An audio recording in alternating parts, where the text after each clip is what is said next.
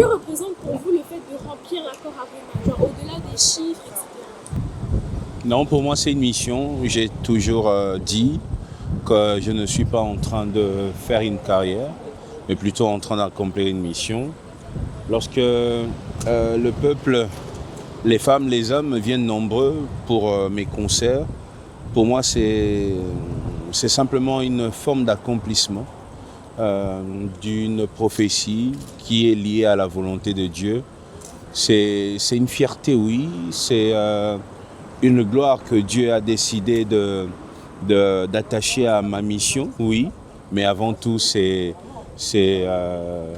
la grandeur de Dieu qui se manifeste lorsque le peuple vient nombreux. D'accord, Ouais. ok. Et du coup, il y aura ces hommes et ces femmes qui viendront à l'événement. Oui. Qu'est-ce que ces personnes ont à gagner à venir assister à cet événement le 21 novembre? La bonne musique déjà, pour commencer. Ensuite, chacun va recevoir selon son souhait, selon sa soif. Il y en a qui viendront juste pour danser, il y en a qui viendront pour le miracle, il y en a qui viendront pour être consolés dans leur cœur au travers de mes chansons. Chacun reçoit selon sa soif. Nous avons un Dieu qui peut tout. C'est-à-dire, il y aura tout ce soir-là du 21 novembre à l'Accor Arena. Venez pour tout recevoir, tout ce que vous voulez. Celui qui veut une guérison reçoit une guérison. Celui qui veut juste la joie reçoit la joie. Celui qui veut rencontrer l'amour rencontre l'amour.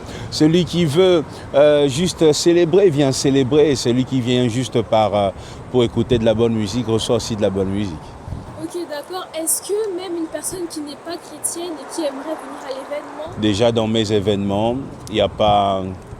c'est souvent 30% chrétiens et 30% non chrétiens. Ma musique est écoutée par tout le monde, les athées, les musulmans. J'ai même organisé de concerts où les producteurs étaient un athée. Ils ne connaissaient pas Dieu, ils ne croyaient pas, mais ils me produisent juste parce qu'ils aiment ma musique. Donc j'ai des hommes qui viennent de partout, des femmes qui viennent de partout, qui ne partent pas forcément à l'église, mais qui aiment la musique de Moïse Mbi. Et ils sont invités, ils le savent de toutes les façons. Venez nombreux, quelles que soient vos appartenances, même si vous n'en avez pas. Okay. Voilà. Okay. Est-ce qu'on peut considérer cet événement comme un tournant dans votre carrière musicale ou est-ce que vous décrivez ça plutôt comme une simple continuité? Une continuité.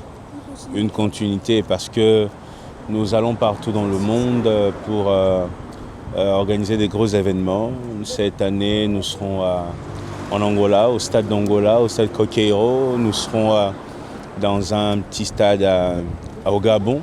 Ensuite, nous allons... vous êtes gabonaise. Ensuite, nous serons ici.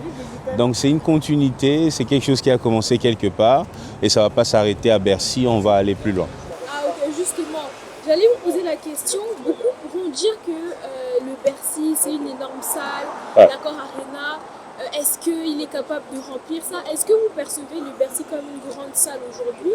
Ou selon vous, le public va répondre présent sans problème à cet événement? Le public va répondre présent sans problème à cet événement. Oui, Bercy est une grande salle, mais ça va très bien se passer. Et, partout où nous allons, le peuple vient nombreux partout dans le monde pour célébrer Dieu avec nous. L'année passée, nous étions ici à Paris. On a fait... Grand Paris Arena qui est près de 8000 places. Il n'y avait plus une seule place. On est allé à Montréal, à l'Olympia de Montréal.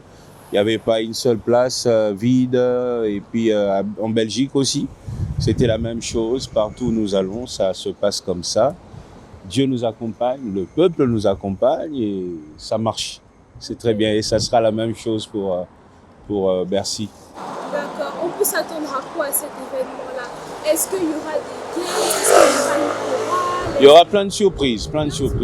Ça sera je pense, l'un de mes meilleurs concerts, si ce n'est pas le meilleur jusque-là. Okay, je ferai encore mieux après, mais pour la date du 21, par rapport à tout ce que j'ai fait, Bercy, le 21, ça sera le meilleur pour moi. Ok. Est-ce que vous avez déjà commencé les répétitions ou pas encore? Déjà, depuis les débuts de l'année, nous sommes en train de travailler. Il y a des équipes à Kinshasa qui viendront avec moi et il y a des équipes d'ici qui vont s'associer à ceux de Kinshasa pour créer un très bon spectacle. D'accord.